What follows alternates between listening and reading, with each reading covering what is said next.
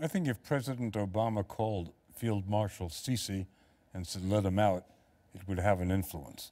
The Americans say that they have been in contact and they have called for the release of the journalists. But short of that happening, I don't think it means very much. Is there something about Egypt in particular that represents what's going on with journalists around the world, the dangers they're facing? No, I mean, Syria's perilous. You've got a good chance of getting killed in Syria. In Egypt, it's being taken hostage. I won't use the word prisoner because a prisoner will have charges against him, and these guys haven't really been charged with anything credible. You were kidnapped and held. Can you talk about what it's like to be a journalist and be detained? And there's nothing to do with being a journalist. When you're detained in horrible conditions, as they have been, it's indescribable. The only people you can talk to are other people who've been in that condition, because it just changes everything about your mentality and your life. How did it change your life? Well, I mean, when you're there, when you're in prison like that, you just become obsessed with hunger, with food. Pretty much that's it. You can't get your mind off food. And you lose complete sense of time. I mean, here today is Thursday, isn't it? And tomorrow's Friday, but in prison it doesn't make any difference whether it's what day it is, or frankly, there's a difference between 2 weeks and 2 months is minimal. But the point is, in this case, that I don't understand what the Egyptians are doing. It just doesn't make any sense. Sisi, to have gotten where he is, obviously has some intelligence, but what he's doing, forgetting about morals and ethics and what's right and wrong, what he's doing doesn't make any sense. He wants to be in line with the West. And now, aside from the fact that he's got a lot of Egyptians in jail, a lot of protests, a lot of demonstrators, and obviously a lot of members of the Muslim Brotherhood, this is the kind of regime he's running. And there's not very much we can do about it. But the fact that he's keeping Western journalists in jail, I don't get it.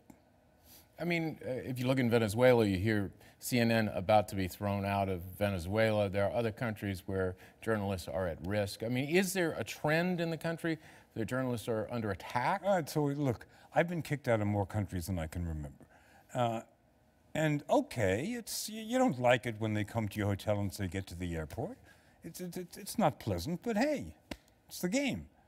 But to be locked up like that, the way I was in Iraq, the way these guys are being in Egypt. Egypt now is as bad as it gets.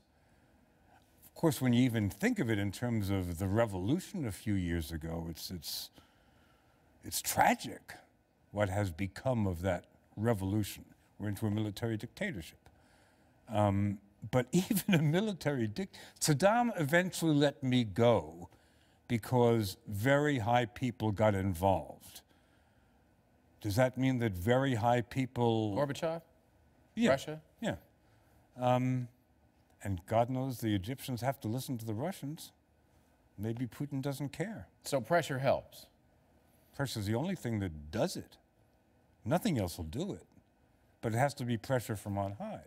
It has to be pressure from someone that the guys in charge have to listen to. When you hear Egypt talk about Peter Gresta, as you know, Peter Gresta, and others being terrorists or part of a terrorist movement, how do you respond to that? Then I'm a member of the Ku Klux Klan. I mean, it's the height of absurdity. It's been 61 days, and still they haven't been released, and there's no sign that they will be released.